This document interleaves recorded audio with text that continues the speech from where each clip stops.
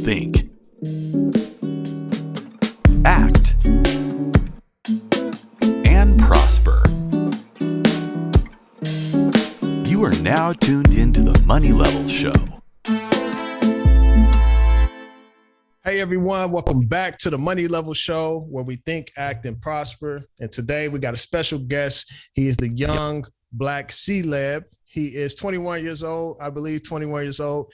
He has been on many different channels and platforms such as Valuetainment, Officer Tatum, Roland Martin, and he has took upon himself to start his own school for boys, and he really has a self-reliance mentality. And so we want to dive into a little bit of that today. And so today I want to welcome King Randall. How are you doing today, brother? I'm doing excellent, sir. How are you? I am doing good. I feel like sometime in the Black community, we call each other brother just to break the ice, just like. Oh, nah, that's I say myself, but I don't do it to break the ice. It's how I recognize people. So yeah. It was funny. I was watching the Thomas Sowell documentary, and he was when he was a professor, and during the Black Power movement, some of the students came in and they were like, "What's up, brother?" And then he was like, "I'm not your brother. You gonna address me as Professor Sowell." And so I was like, "Ooh," like, yeah, Thomas Sowell, he was on it. So let's give a little short intro, just to who you are, your background, and kind of just what you're doing, because I believe you're down south in Georgia, and kind of just what you're doing and all of that. Absolutely. Well, my name is King Randall. I'm the founder of the X for Boys program in Albany, Georgia. I just turned 22, July 26th, so no longer 21. I just turned 22, July 26th. But the X for Boys program teaches boys ages 11 to 17 different skill trades, such as automotive repair. We teach oil changes, brake repair, changing water pumps, etc. Just basic automotive repair. Then we also teach basic home improvement. We teach how to change light fixtures, doing carpet, laying flooring, sheetrock, you name it. Boys also do firearms training. We've done welding. We do many different things, trying to get our boys to open their minds, to make sure they know they can do other things besides play sports. And I think that's extremely important. Even for my boys who aren't academically inclined, they can work with their hands. And I think that's extremely important. But we have our own book club. Where I live in the city of Albany, Georgia, we are number one for poverty, and our illiteracy rates, bear witness to that. Our boys can't read. Our boys are graduating school completely illiterate. Our boys are being passed through school and cannot read or write. And that's absolutely ridiculous to me. So I'm working with these boys every week. I've been doing this faithfully. During the summertime, I have them every day. Some boys I have had every day when I started taking custody of children from the juvenile court system. Our program is the only program for juvenile delinquents in Southwest Georgia. There are no other rehabilitation programs in Southwest Georgia for juvenile delinquents. So they're leaving out of jail and going right back. And that's because they don't have any filler in between. They don't have any rehab. They don't have any mentors to really drill down and try to be consistent with them. Some people have, 1 or 2 day programs that they think, is going to help. But I'm just saying, you have to be really consistent and really patient with these children in order for them to change. It took them 15, 16 years to get to the ways that they are. So how do you think you're going to change a child in a day or two? Or by giving them a basketball court or something like that. That's not how, change works. You have to be consistent and have to allow them mistakes and have to, love them and give them discipline, etc. But right now we're in the process of opening the Life Preparatory School for Boys in the city of Albany, in Georgia. It will be a boarding school, and we'll be teaching all these things that I've been teaching for the past 3 years, as well as a basic curriculum. But we want to make sure our boys are actually getting the teaching that they need and not just being passed through school to tout statistics that are really untrue. So that's kind of, a really small synopsis on the X for Boys program and what we're all about. Yeah, that's good to hear. And it sounds like, you saw an issue, you saw a problem within your community, and you decided to step up and address it. And so for me, a little bit of my background. So on this show, we talk a lot about finance and investing. But before this, and even currently, I worked with kids in high school. I used to work in the juvenile rehabilitations, volunteering, going in, doing ministry and stuff. And then I also did I was a juvenile probation counselor for about 4 years, worked with homeless and at-risk youth for about 5 years, and now I'm working with in tribal child welfare. And so like it's definitely a different world that you're exposed to in doing this work, and a lot of people that may be like bringing you on their platform and stuff may not have experience, and so but you've experienced it, and that's not to take away from anybody that that supports your program, but a lot of times us being boots on the ground doing this work, it is a lot of work. It's intense. It's emotionally draining. It's you got to deal with trauma, all that type of stuff, and so yeah, I appreciate for the work that you're doing. So you mentioned that you have a book club that y'all kind of do, and so what? And I heard some of the interviews that you really have certain influences from Black leaders and such, and some of the leaders that you mentioned, I feel like don't get enough credit, versus like and it a lot of times it's political, whether this leader was liberal or Republican or whatnot, and that depends on how much spotlight they get. But who are some of the people that you all are looking in, and for you personally, like which ones had the most influence on you in doing this work that you're doing? Right. Well, as for me personally, I'll definitely say Malcolm X, Martin, Booker T. Washington, Fred Hampton, Mary McLeod Bethune. All of these people, made a big impact on me personally, especially in studying their stories and the way they went out and got it and did it for themselves. And I think that's extremely important. And right now, my boys and I, we're studying Booker T. Washington, Up from Slavery. It's a really good book. It's really digging into a lot. And our boys his vocabulary was so extensive, for him to be, a former slave.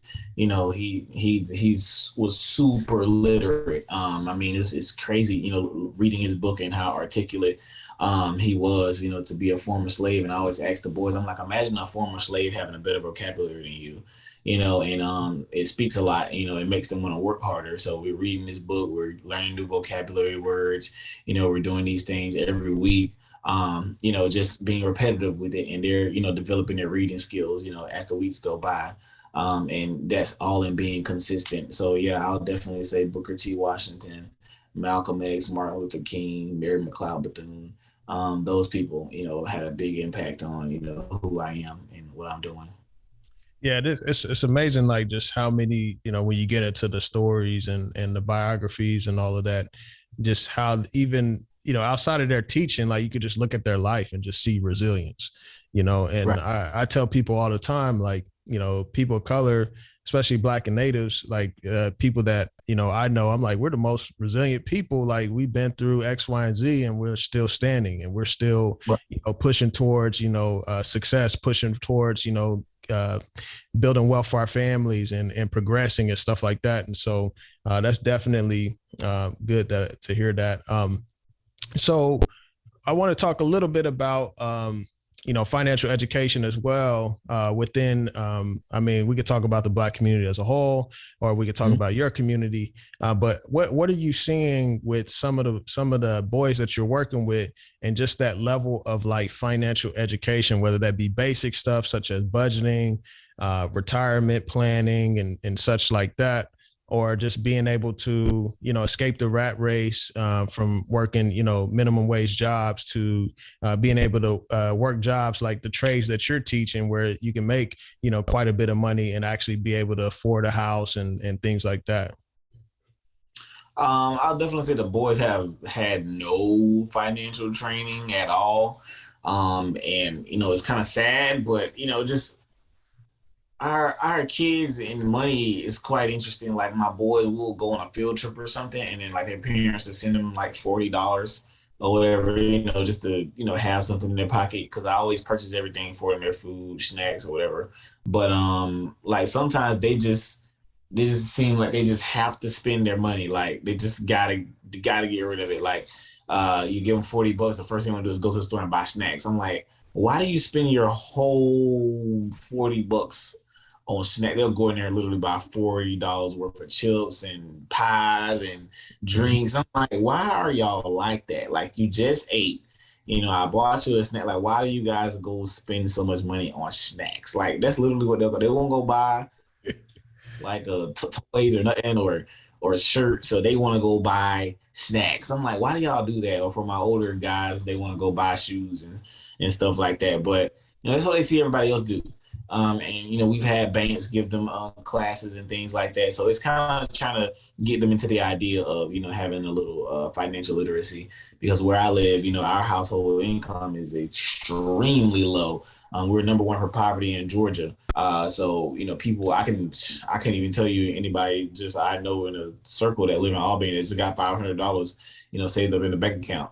Like literally everybody's living like super low, and people always like, oh, your houses are so cheap and the real estate there is so cheap, blah, blah, blah. I'm just like, well, people can barely afford that.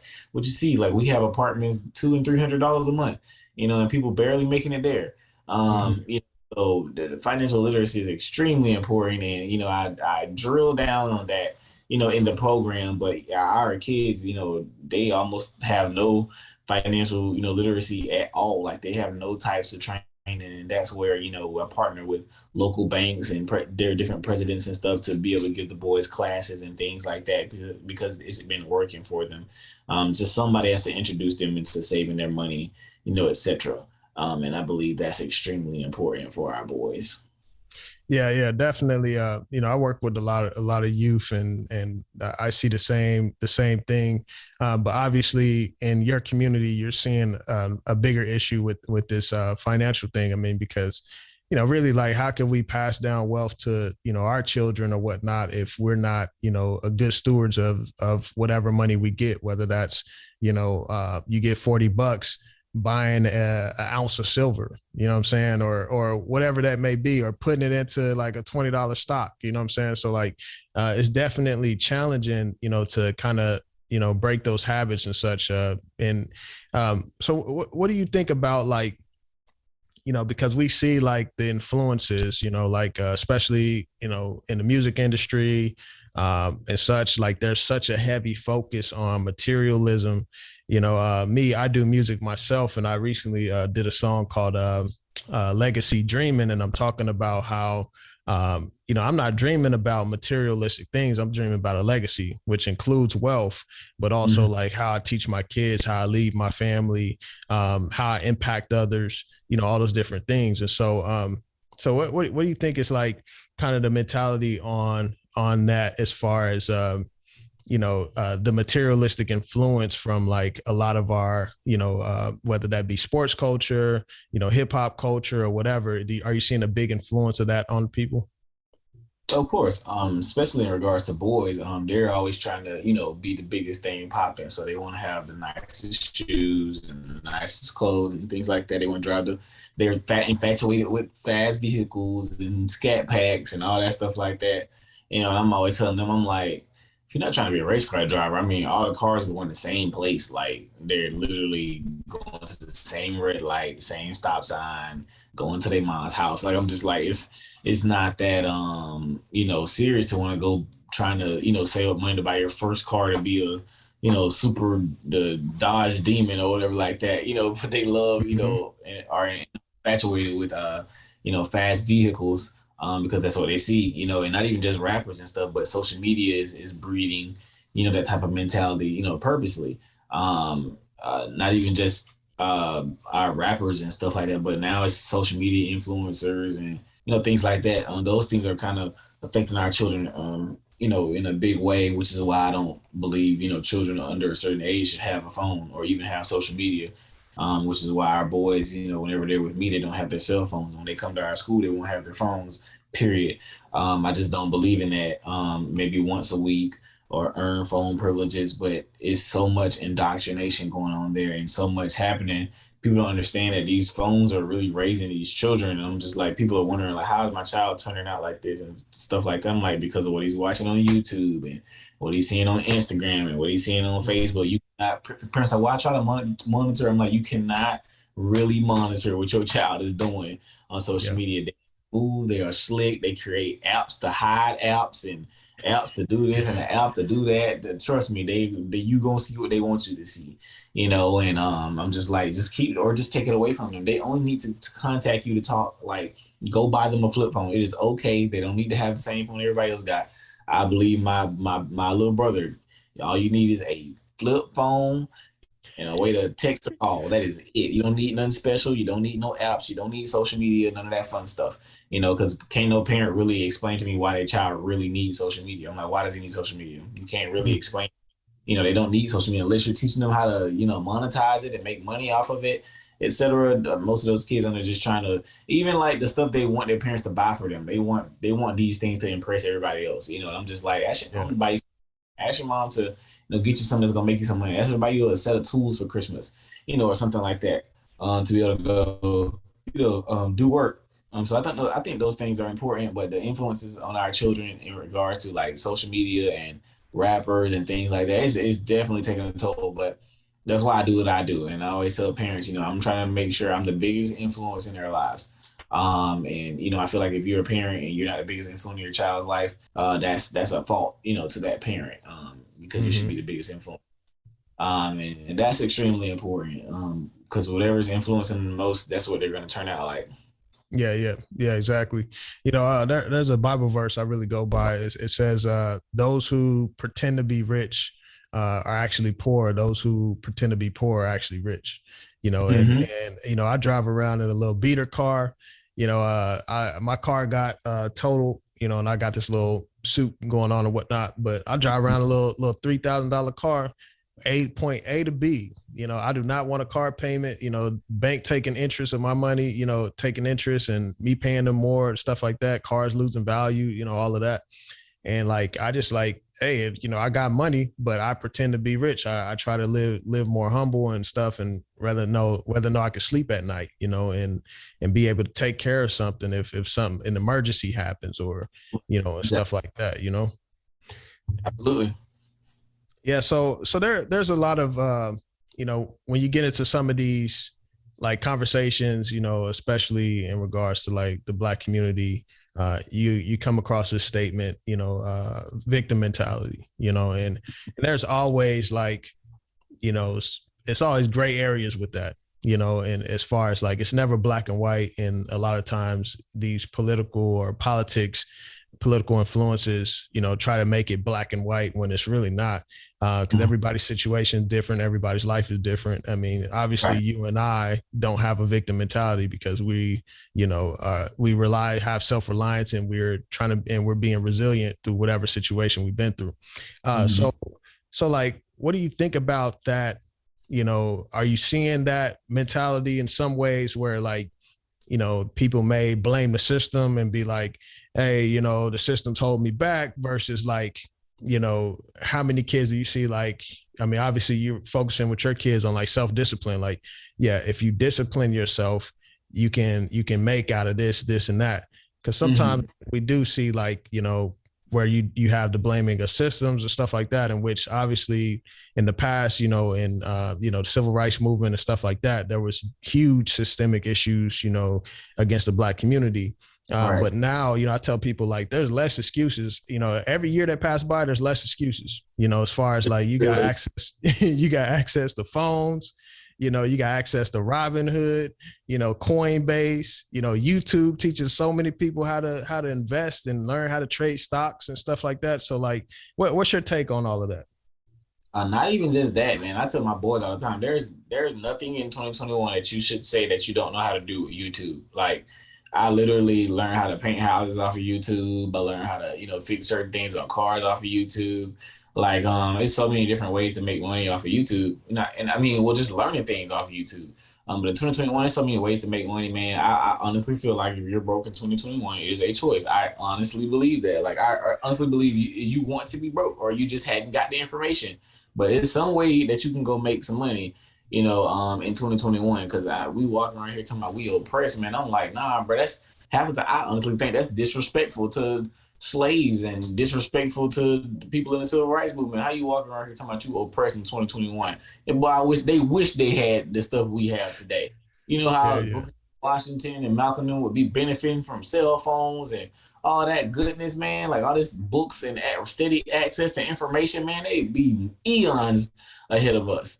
So I don't really get into all the excuses, but then again, I don't get so upset about it either, because of the indoctrination they give us via TV and things like that. And social media and CNN, just all this stuff we see all the time, that's to blame too, but it's done purposely. But yeah, so as long as we don't have nobody teaching in these areas, the truth and different ways we can go and, make things happen for ourselves, we'll always, have people, oh, well, the system's the reason you're down. The system is not allowing you to do this, that, and the third. And how can you sit there and say that when you're literally in control of your own life? That's what I believe. So yeah, I ain't gonna sit here and say, oh, the system ain't never did nothing or it ain't doing nothing to an extent. But for the most part, you control your own destiny. And until you understand that, you won't move forward. Yeah. I agree.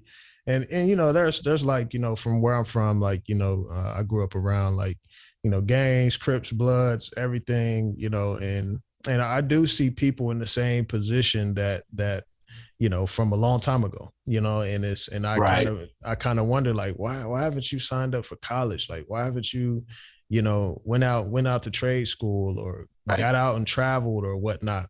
And if you're in an area that's like, that's more poverty stricken or whatnot, man, people back in the day, they used to just pack up and just move somewhere, move to a more prosperous area where they can, whether there's more diversity, where you have more opportunity to get a job or whatnot. Because for me, being from Oklahoma City, like I experienced a lot of that, but now I live in like Washington State, where there is a lot more focus on like, diversity and, I have a lot more opportunity just coming up here, and when I came up here, I did have someone to stay with, but I was working a temp job, working my butt off, like all this stuff. And, I had to, go through some pain, but, now I'm where I'm at, because I stuck through it and wasn't lazy about it. Right. Absolutely. And I definitely feel like if we, find our work ethic before we find our purpose, we'll move forward. I always tell people, who are always, I don't know my purpose, I don't know why I'm here, I'm just like, find your work ethic first, so give 100% to whatever it is that you're doing, whether that be flipping burgers or whatever, give 100%, you give 100%, then you'll be able to give 100% with your passion, because you can find your passion and purpose, but are you going to get up at 5 o'clock in the morning? Are you going to go study your craft? Are you really going to dig deep into what it is that you're supposed to be doing? Are you going to dedicate the time? So that those things are important. You can have a purpose all day, but where's that work ethic? You gotta put in work. I believe that's extremely important. Yeah, I remember when I was in college a few years back, and I was working part-time, and I was like, I need more money. I didn't sit there and complain. I went and got a job at Wendy's. This was like I think it was like 8 years ago. And I'm just like, hey, I had to get out there and get it. Like, I couldn't worry about how people looking at me. Right. I couldn't worry about that. I had my responsibilities in my direction where I was trying to go. So I wasn't worried about the noise around me. I just had to stay focused on what I was trying to do, so it's definitely real. Absolutely. Yes, sir. So, what's your take on this whole talk about, so I've talked a little bit about, reparations and stuff. I think I've talked about it with my channel, and then you got, the welfare system and stuff like that. And I do think like there's a level of, where, our ancestors did work and to help build this country. There's no dispute in that at all. And, and they endured a lot of pain and suffering doing that as well, and oppression doing that. And so, but for me, it's like, I look at like national debt. I look at like all these different macro factors where I'm like, okay, because I study like, what happens with the Federal Reserve, what are they doing? What is the government doing? What policies they're doing, implementing? How much debt do they have? How much are they promising? All this stuff. Like, can we print the money to pay for this and stuff? And so I've come to the conclusion that it's not really a reality because of the amount of debt that we have as a country, and that it's going to make things worse than make anything better, because the dollar is going to lose a lot of value. So what kind of like sentiment are you getting just around those types of topics, whether that be, the welfare system or reparations or, waiting on a check or whatnot? I know I've heard people confuse my statements about government with thinking I'm just completely anti-government. Not necessarily that. I'm just anti-waiting on government. And I believe wholeheartedly in not waiting on the government for anything. But as far as like the reparations conversation, I think it's kind of like I just read this story about this beach that these people had. It was this beach where uh, they took, the black people's land from them or whatever, and they just gave it back to the family. Maybe, I don't know, I don't remember when it was, but they gave it back to the family. It was a beach. And they gave it back to the actual family that owned it. I think stuff like that needs to happen when, people came and took, people's land and stuff like that. Happened to my great-great-grandfather. He was ran out of town in Terrell County, and they took his land. I believe stuff like that should happen. Like, absolutely, that's happened everywhere. You should give people their land back and stuff, that was taken, and things like that. I don't have a problem with that. I don't see why anybody would have a problem with that. But I'm anti-waiting too. I mean, I ain't gonna wait on nobody to do that for us. I mean, if they do it, they do it. They don't, they don't. That's not gonna stop what we should be doing for our own communities. That's where I stand. I'm not gonna be like, oh, well, I ain't doing nothing because the government owe me this, that, and that. That's not how I'm gonna operate. I'm gonna do these things on my own, regardless if they do it or not. That's what I believe in wholeheartedly. We have to do these things, for ourselves. So yeah, I mean, sure, reparations would be cool. That's fine and dandy, but we still got work we need to do in our own communities, and we need to put our foot down. Yeah, I agree. And just waiting for it. Like, I mean, obviously, a lot of politicians, they'll talk about that, and just to get people get votes or whatever. But then when they get in office, like it's a whole nother story. And so like waiting for them is like just wasting your life, you know what I'm saying? And that's what I stand firm by that. And like, and I'm not against it. Like my thing is like, okay, if they were to pay it, cool. I'm about to go make that work. I'm about to go flip it. People can be mad. Oh, whatever. They can say whatever. I'm about to go flip that. I'm going to buy real estate, whatever.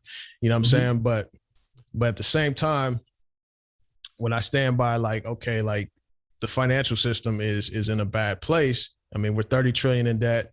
We have 120 trillion in promised liabilities through pensions, Social Security, Medicare, all this stuff. And we're not, taxes aren't even high enough to even pay that back. It just keeps accumulating and it's going to come down at one point. So it's like, I just don't think it's possible, with the amount of debt we have. And so, right. And I'll debate anybody on that, you know what I'm saying? Because I get into the whole fiscal monetary policy and stuff, but, I just think that, it's really a dream at this point. Understood. And so, so there's been a lot of like things, happening last year. I mean, we had a lot of protests. We had a lot of riots and stuff. We had, a lot of things and politicians were really like pandering for our vote. Of course. And I mean, that goes on both sides of it, no side is exempt from it, and for me, for a while, I never voted, I was just like, what's the point? Blah, blah, blah. I used to believe like, presidents weren't elected, they were selected, all this stuff. And like, it's just things where, I really lost a lot of faith in the political system. And so sometimes I get people that, want to get me to join their side or join this cause and stuff like that. And they see that I don't do it. And I'm just like, hey, I just don't believe in politics, like, I just don't believe it's going to serve any good. They're going to do anything. I think that they get overpaid for sure, and stuff. And so, what do you think about like politicians pandering for our vote, and how have you seen that impact like your community or whatnot? That impacts my community a lot in Albany. The same people come every time it's time to vote and come put their signs out, never come do any work, bash everybody Republican, and everybody Democrats are automatically going to get in. Republicans don't come to the community to do any work. So they're all they're going to do is complain about Democrats winning every time, but they don't come to the community. The Democrats going to keep winning because they're going to keep spewing the same thing they do about the Republicans, and neither one of them are doing work. So I'm just like, we get pandered to all the time, and, our vote is looked at, like a piece of meat half the time. Like we just vote, I'm just, and it irritates me sometimes. Especially where I live, our community is in turmoil, we keep voting for the same people over and over again, but not even just the voting thing. I don't even look at politicians like they can really change something. And politicians are only going to do as much as, the community allows or tells them to do. But as far as the actual change in our communities happening, it has to happen with the people. People have to change, the communities. Politicians can help aid it and maybe can make a policy happen or something like that. But as far as actual change happening, that's going to happen with the people. It's never going to happen with politicians. And I don't bash politicians or anything. They're just doing their job. They got to get people to vote for them. They're going to say what you want to hear. As long as you keep voting for them, I will do the same thing. This is what it is. So if we're not going to change our tune, then what's the point? And them trying to do something different. They're going to keep pandering for our votes every 4 years because we're going to keep allowing them to look at our vote like that. Because we don't, require anything, for our vote. We just require you to be a Democrat and keep moving. So yeah, definitely. It's definitely, I thought this last election was definitely dominated by liberal media and everything. And so we didn't really get to see the full two sides because, it was just narratives being painted left and right and everything. So there's been a lot of things that's happened systemically. And, and I think also, there's a part of responsibility that has to be taken too. And I try to see the balance of, whether it's systemic problems versus like, our personal responsibility and choices that we make. And so we've had a lot of statistics on just, Black fatherhood, and not having a lot of Black fathers in the homes or whatnot. And, these statistics come out and, and I think that, that's a big issue within, our community. And, and there's been attacks on masculinity. I mean, there's been attacks on masculinity, attacks on like whether, there's the nuclear family structure or whatever. And, and I think that that's one of the issues that we have is that a lot of kids don't have fathers. And so including, I mean, myself, like, my pops was around, but, I feel like he wasn't around as much as I needed him, and I've seen a lot of that too. So what are you seeing with Black fatherhood and with the boys that you're working with? Over 90% of the children that I work with don't have fathers.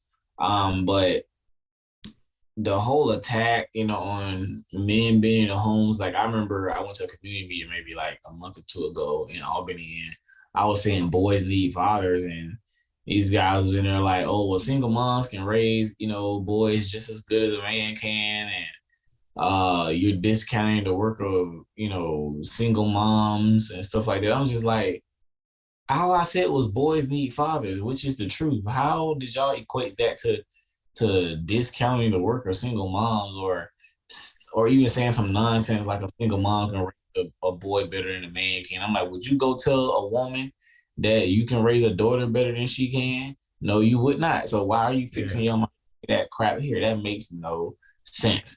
I can go all day about that, man. But honestly, it's the same stuff going on, man. We know our boys need fathers in the homes. We know that they're influenced by men, in their communities, and boys either gonna deal with those, career criminals that's walking up and down the street who got the nice cars and the nice shoes or whatever like that because they want to be like them, or they're around their mom and auntie and grandma all day and they act really feminine. And I've dealt with that, and parents even asking me, Mr. King, my son is not gay, but like, can you, help me, figure out, how I can, or like a man or whatever. And even boys are asked, they were like, Mr. King, people be calling me gay all the time. I ain't gay, like that. I'm like, well, I can tell, they be around their mama and their grandma all the time. I'm like, well, son, look at how you taking your pictures, son. Look how you're standing, look how you're sitting, look how you walk, like all that stuff. Listen to the tone of your voice. But they need men around to be able to show these things. So that's kind of where I stand with that. But men are definitely needed, in the homes, and there's a big attack on that. And as long as you don't have the father in the home, especially in the Black family, we're going to keep spiraling downward, which I believe is by design. That's kind of what I believe on that, man. It's being done by design, trying to get our fathers out of the homes. But we definitely have to stand back up and get back in the homes with these children. I believe every man should be responsible for at least one child that's not his. And I think our communities would be a better place. Yeah. I agree. And for me, like, I didn't necessarily grow up like feminine, but like I grew up like I was the only boy, single mom, four Mhm. sisters, so, I saw the difference, obviously like it was like, okay, well, I like this. They like, Barbie dolls. I like G.I. Joes or whatnot, what I'm Mhm. saying? But, it was definitely like one of those things where I didn't have the male figure in the home, just like, to toughen me up or like, to little slap box with me or stuff like that or teach me Yeah, to go mow the lawn. Like, a man, you got to see a man. That's simple as that. In order to be a man, you got to see a man. I grew up with my former stepdad teaching me how to build stuff. We built sheds. We built all of our dog houses. We grew our own food, literally down to the seasoning. We had fruit trees, dogs. Lived that country life. Cowboy hat, cowboy boots. That was how I grew up, and I learned how to skin animals and feed myself. That's stuff boys supposed to be learning, to be able to defend for our families and take care of our women and children. I believe those things are extremely important, but you definitely have to have men around to be able to teach those things and, a woman to also balance that out. Yeah. I agree. There's a purpose for both. So you have a school that you bought a building, and I don't know where you're at in the process of the school. I just kind of wanted to kind of see how complicated is that process, because when I think of like schools, like, we pay taxes, it goes to school districts. And so a lot of like public schools get more funding. And then you have like, issues within like more urban neighborhoods where schools get shut down, including like my middle school and elementary school was both shut down. And so, you have these issues with funding and taxes, and then some schools get more taxes than other schools. And like, so how's this working for you? And like, what barriers are you coming up against? Well, I purchased 3 buildings just recently or this past summer for our school. However, our school is actually supposed to be open this fall. We were actually supposed to be open now, but we were actually trying to purchase a school building from our local school system. And with us trying to purchase that building from them, we had to jump through 1,000 hoops, trying to purchase this building from them. And then, come time to, actually finalize the purchase, they give us a contract with a few stipulations that were counterproductive to what we were trying to do.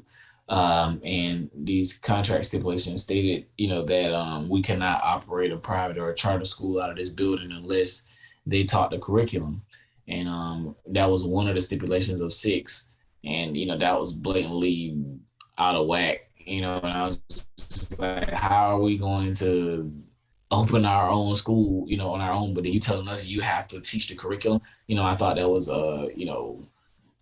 extremely counterproductive, and we got into it with them, and we eventually ended things, ended negotiations with them. So that was a big hoop. But of course, we having to get the school zoned and get it renovated and get the curriculum correct and ready. It's a few hoops we got to jump through, but it ain't like extremely tough. But it's something that's doable, and I believe if people can see that a 22-year-old can do it, anybody can. Mm-hmm. Do you feel like that was a systemic issue with the school, like kind of like a cookie cutter approach that's not been working for the boys that you're serving? Would you say that? Yeah, they yeah, they definitely didn't want to see it move forward. The school system kind of alluded to us being a competition when we were actually trying to do a partnership with them, because I wanted us to work together, but they compared us and them to McDonald's and Burger King. So that was how that happened. And I don't talk about it a whole lot. It just is what it is. I think everything happens in divine order. God had a ram in the bush for us, and so we kept moving. And that's how that worked out for us. So it dealt with a lot of smear campaigns. They definitely tried to smear me in our local newspaper, etc. But that's how that happened. But I don't care. I'm still gonna continue doing the work, and there's nothing that anybody can do to stop me. Yeah. I agree. So before we end off, what's your idea of a legacy? So I asked Jim Rogers this. I had him on my channel recently. He's a multimillionaire or whatnot. But I asked him what was a legacy, and so I'm kind of asking everybody I bring on, what's your idea of a legacy? Because it's more than just the Money Level show. It's more than just making money and everything. It's also like, man, leaving a legacy. So I just kind of want to get your take on that. I think a legacy is how can I set my grandchildren up to be in a better position than I was in. So I think as time goes by, I want the generations of my grandchildren to have it easier as time goes by. So for my grandchildren, I want them to make life easier for their grandchildren, which would be my great-great-grands. And I think that's how it should go. As time, we should be leaving something for our children. We should buy, have the big family house, pass it down through generations, and get big life insurance policies, on each other. My mom has a huge life insurance policy. I have one. My children have one. And I think that's extremely important as well. People don't like to talk about life insurance, but that's extremely important. That's how a lot of people set up their children, making sure they, get big lump sums whenever they pass. But definitely leaving a legacy, I believe, is what I can do for my grandchildren. How can I set life up for them? How can I make things easy for them? How can I make sure they don't have to work, anybody's job? How can I make sure they can take care of their families, and not have to worry about anything? So I believe legacy is what I can do for my grandchildren. That's what I believe is legacy.